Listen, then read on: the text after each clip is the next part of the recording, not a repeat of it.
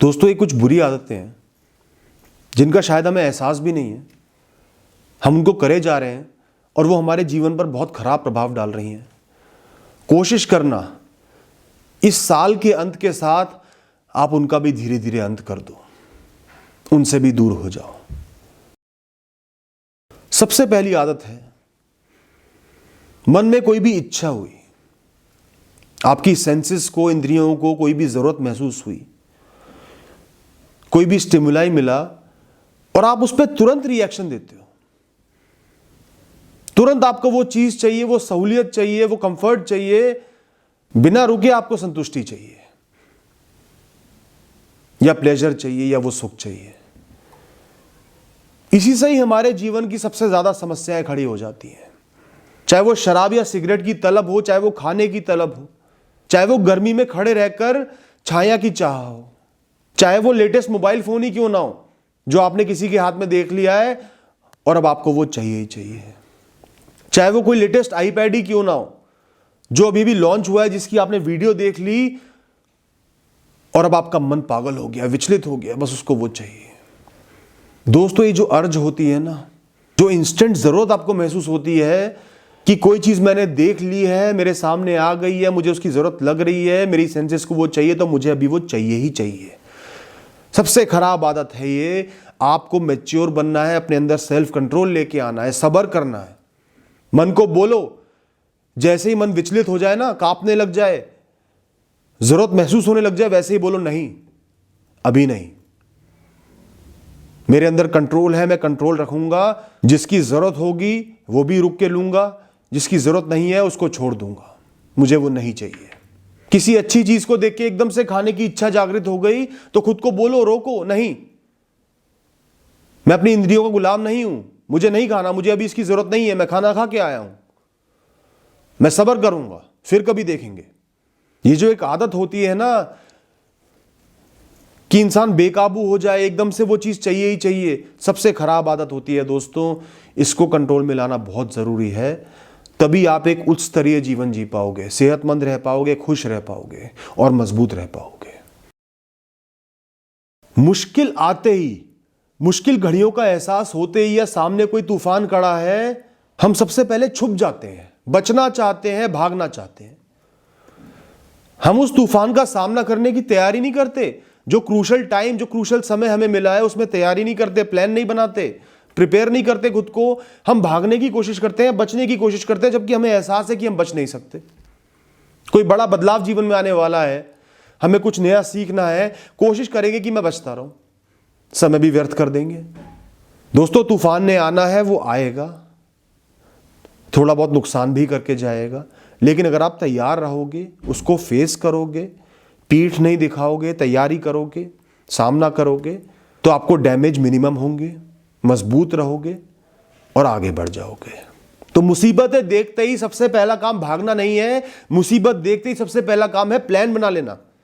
मन को एकाग्रचित करके, शांत करके आगे की प्लानिंग करना, मुझे ये करना है, इसका सामना तो करना ही करना है, इससे आगे तो बढ़ना ही बढ़ना है। दोस्तों, लोगों को ये आदत पड़ जाती है, वो हर क्षण अपने जीवन को कोसते रहते हैं, अपनी लाइफ को क्रिटिसाइज करते रहते हैं।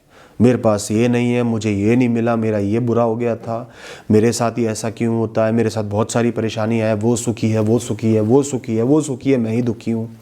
कई लोगों को बीमारी लग जाती है, आदत लग जाती है कि वो हर क्षण अपने जीवन को बुरा बताते हैं और इससे उनके जीवन में और बुराइयां खिंची चली आती हैं। वो अपने सबकॉन्शियस माइंड पे छाप देते हैं कि मेरा जीवन बुरा है। वो जाते ही बुरी चीजों की तरफ है, बुरी परिस्थितियों की तरफ है, उनका दिमाग ऐसा ही काम करने लगता है। वो किसी भी सिचुएशन में घबरा जाते हैं, हाथ पैर छोड़ देते हैं, अच्छे से सामना नहीं कर पाते। हर समय उनको यही एहसास रहता है कि मेरा जीवन बुरा है। दोस्तों, जीवन ना अच्छा है ना बुरा है, जीवन जीवन है, वो बैलेंस्ड है, वो एक कहानी है, अपने हिसाब से चलती है। अच्छाइयाँ भी होंगी, बुराइयाँ भी होंगी। जब बुराइयाँ आए, अच्छाइयों पर ध्यान दो, बहुत कुछ अच्छा भी है। बुराइयों का मैंने सामना करना है, उनसे सीखना है, वो तो मेरा लर्निंग फेज है, मेरी ट्यूशन है, सीखें लेनी है, आगे बढ़ना है। हमेशा अपने आप को बोलो, मेरा जीवन अच्छा है, जैसा भी है अच्छा है, मेरे पास बहुत सी सहूलियतें भी हैं, प्रिविलेजेस भी हैं, बहुत कुछ मिला भी है। इससे आपका मन प्रसन्न रहेगा, शांत रहेगा, आगे बढ़ने को प्रेरित होगे, ना कि झुकने को, गिरने को। और ये जो खुद को और अपने जीवन को कोसने की आदत है ना, धीरे धीरे आपका आत्मसम्मान गिर जाता है, कॉन्फिडेंस खत्म हो जाता है और आप एक कमजोर जीवन जीने पर मजबूर हो जाते हो। अगर आपके अंदर ये आदत आ गई है, चाहे बहुत सारी परेशानियों का आपने सामना करा हो इसलिए आ गई है, इस आदत को तुरंत ही त्याग दो दोस्तों।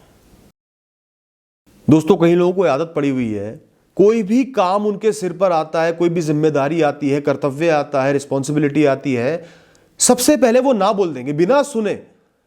बस पता चल गया कि कोई काम आया है, नहीं मुझसे नहीं हो सकता, मैं नहीं कर सकता, मेरे बस की नहीं है। चाहे वो काम करना ही करना हो, सीधा पहले मना करेंगे, दूसरे के हृदय को ठेस पहुंचाएंगे, खुद को यकीन दिलाएंगे कि मैं इस काबिल नहीं हूं, और उसके बाद वो काम शुरू करेंगे मजबूरी में, दुखी होके। और इस तरीके से जब भी इंसान काम शुरू करता है, उसका अंजाम ज्यादातर खराब ही होता है, क्योंकि उसके अंदर प्रेरणा ही नहीं होती, इंस्पिरेशन ही नहीं होता, मोटिवेशन ही नहीं होता। पहले ही ना बोल चुका, अपने आप को यकीन दिला चुका कि मैं ये नहीं कर सकता। मजबूरी में किए हुए कामों का परिणाम दोस्तों नहीं मिलता है।